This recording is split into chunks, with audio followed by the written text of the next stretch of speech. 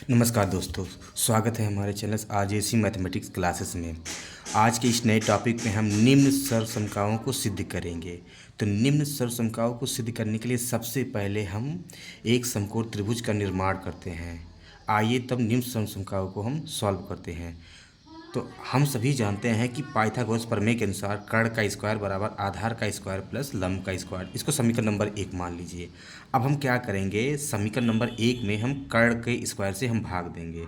तो लिखेंगे समीकरण 1 में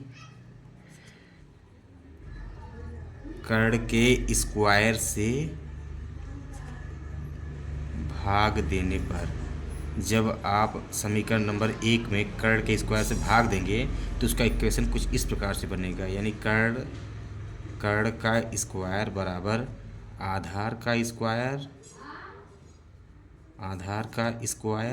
प्लस लंब का स्क्वायर। ये समीकरण नंबर 1 था। जब आप इसमें कर्ण स्क्वायर से भाग देंगे तो भाग दे दीजिए आप। कर्ण का स्क्वायर आधार का स्क्वायर है, इसके बटे कर देंगे कर्ण का स्क्वायर। लंब का स्क्वायर है, इसके बटे कर देंगे कर्ण का स्क्वायर।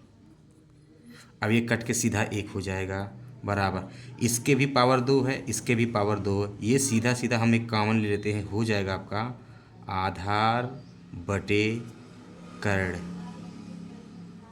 का होल स्क्वायर 2 प्लस ये लंब का स्क्वायर बटे कर्ण का स्क्वायर।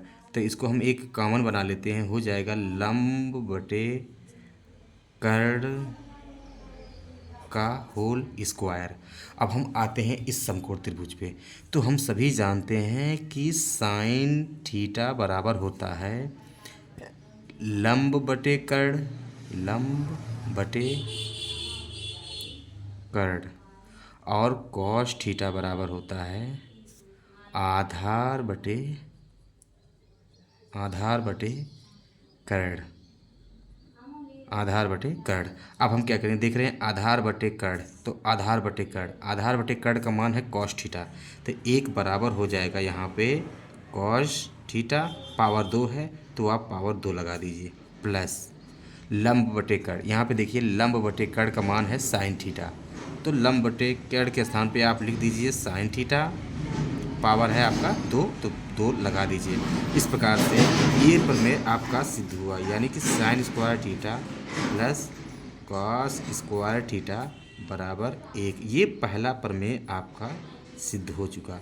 अब आते हैं दूसरे प्रमेय पे।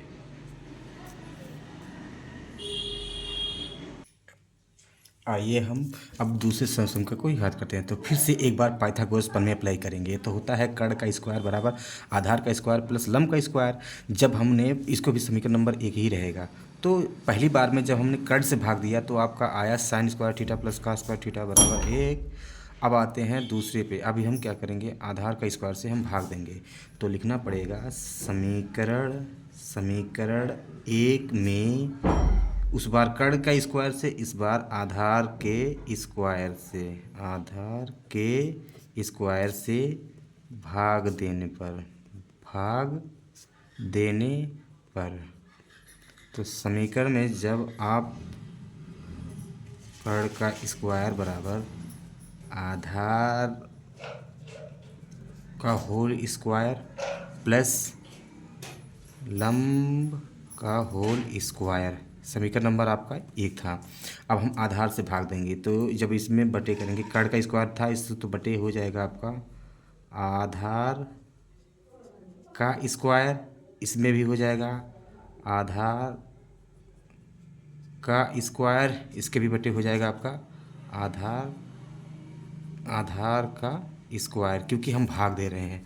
अब देखिए ये यहाँ कट के सीधा 1 हो जाएगा, ये हो जाएगा आपका कर्ण बटे, देखिए इसके भी पावर 2 है, इसके भी पावर 2 है। तो हम क्या करेंगे, एक कॉमन कराएंगे तो हो जाएगा कर्ण बटे आधार का होल पावर 2 बराबर, एक कट के सीधा 1 हो जाएगा, प्लस ये हो जाएगा लंब और ये हो जाएगा आपका आधार, ये हो जाएगा आपका आधार का होल पावर 2। हम सभी जानते हैं कि सेक थीटा बराबर सेक थीटा बराबर हो जाएगा आपका, क्या होता है, सेक थीटा बराबर होता है आपका आधार बटे कर्ण, कर्ण बटे आधार।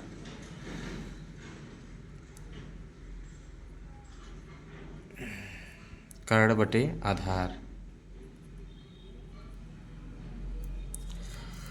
और टैन थीटा बराबर होता है, टैन थीटा बराबर होता है लंब बटे आधार, लंब बटे आधार।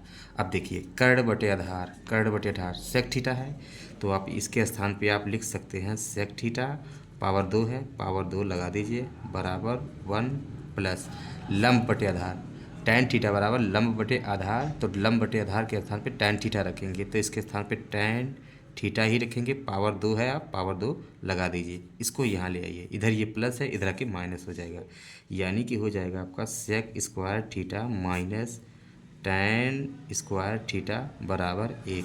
इस तरह से दूसरा वाला प्रमेय आपका सिद्ध हुआ। अब बारी है तीसरे और लास्ट प्रमेय की। आइए तो तीसरे वाले को हम सॉल्व करते हैं।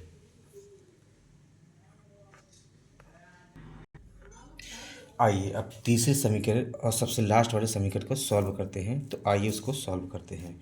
तो इसमें भी आपको समकोण त्रिभुज और पाइथागोरस प्रमेय की सहायता से सॉल्व करते हैं। तो पहला इक्वेशन था समीकरण नंबर 1, कर्ण का स्क्वायर बराबर आधार का स्क्वायर प्लस लंब का स्क्वायर।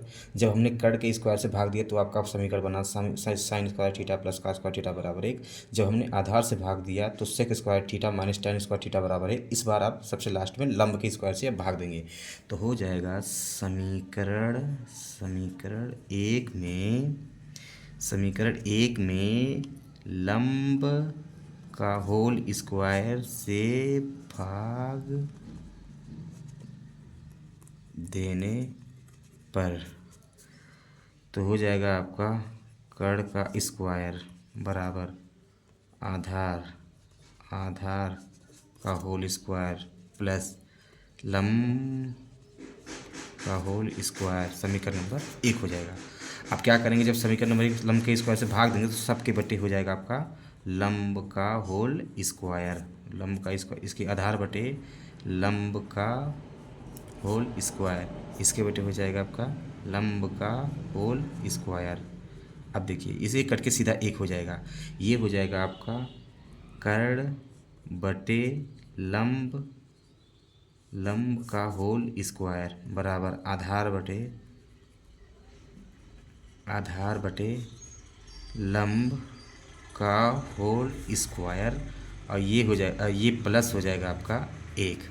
अब हम क्या करेंगे, हम सभी जानते हैं कि कर्ण बटे लंब बराबर होता है कोसेक थीटा के, यानी कि ये हो जाएगा आपका कोसेक थीटा पावर 2 है, पावर 2 लगा दीजिए बराबर आधार बटे लंब होता है कॉट थीटा, तो ये हो जाएगा आपका कॉट थीटा पावर 2 है, पावर 2 लगा दीजिए प्लस हो जाएगा 1। अब ये प्लस है, इधर के माइनस हो जाएगा, यानी कि cosec square theta minus cot square theta बराबर 1। इस तरह से तीसरा और सबसे लास्ट वाला प्रमेय आपका सिद्ध हुआ।